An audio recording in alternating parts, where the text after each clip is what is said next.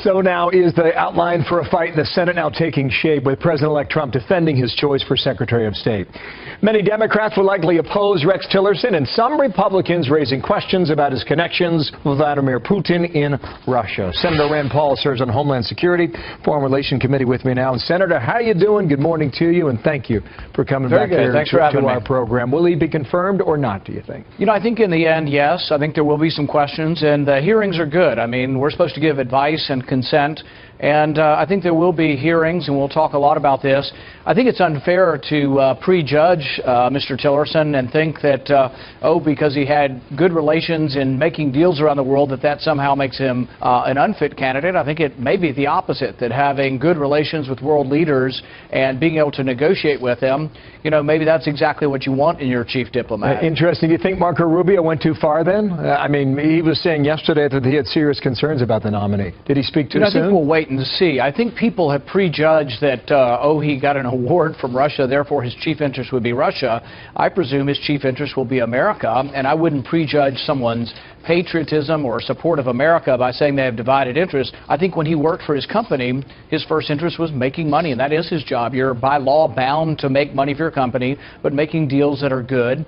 And the interesting thing about the business world is when you make a deal with either another country or another individual, both parties have to believe they made a good deal and that it was not an equal transaction, that both parties of the transaction gained by the transaction. Diplomacy is kind of the same way. If you're negotiating the end to a war, both sides have to save face. Even the losing party has to feel that this is the best outcome to make this deal. So I don't know. Negotiation is a real art, and I think that we shouldn't prejudge Tillerson before we hear more from him. Okay.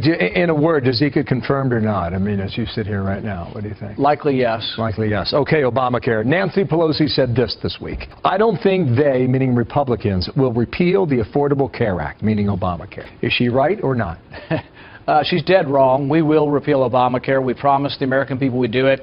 And the thing is if we do nothing, it's unraveling before our very eyes. Prices are skyrocketing. It isn't working. It isn't helping the very people it intended to help. If you are poor in America, the price of your insurance is rising dramatically. Obamacare has these high premiums, high deductibles.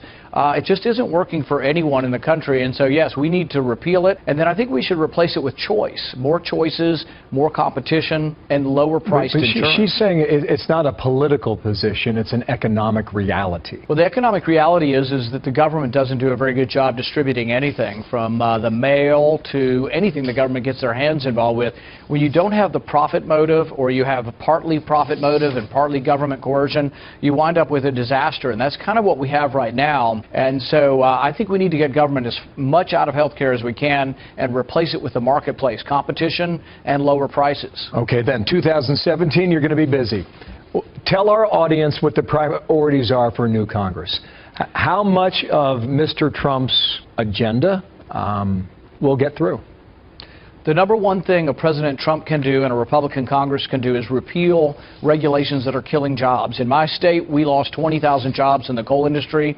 Because President Obama did so much of this by executive order and regulatory order, President Trump can undo it on day one. Some of the ones that were done by law, we can repeal by law with a simple majority and send to President Trump's desk. These job-killing regulations, once they're gone, will allow the economy to begin growing again. The second step to that is we need to lower the taxes on businesses and individuals. American companies are leaving and going abroad because the taxes are lower. If we fix that, more companies will stay here and more jobs will be created. Okay, so I'm hearing regulations 1 and taxes 1A. Your relationship with him was rather curious during the primary campaign. How would you characterize it now? I would say we had our moments, you know, I've got thick skin. I won't agree with the president-elect on everything, but when I do, I'm happy to be supportive. In fact, I tried to be a happy warrior even with President Obama. I didn't agree with maybe 90% of what he was for, but the 10% that I did agree with him on, I was happy to say publicly: criminal justice reform, other things that I agree with President Obama on. I'll do the same with Trump. It's just a good thing is that I'll agree with a lot more with President Trump than I did with President Obama. I got you. Okay, last question then. When you're walking down the street, when somebody talks to you in a restaurant and they say, you know, how's this going to work out? How do you phrase what you believe President Trump will be as Commander-in-Chief. Very optimistic, particularly on foreign policy. He's now saying he doesn't want to build nations overseas. He wants to rebuild our country here. I agree completely with that. He doesn't believe in regime change. He thinks the Iraq War was a mistake. There are a lot of things I agree with President Trump on, and on those I'll be happy to be as helpful as I can. Wow, that's a long way from Des Moines, Iowa. Wow, Senator, thank you for your time today. Rand Paul from Kentucky there in Washington, D.C. Thank you.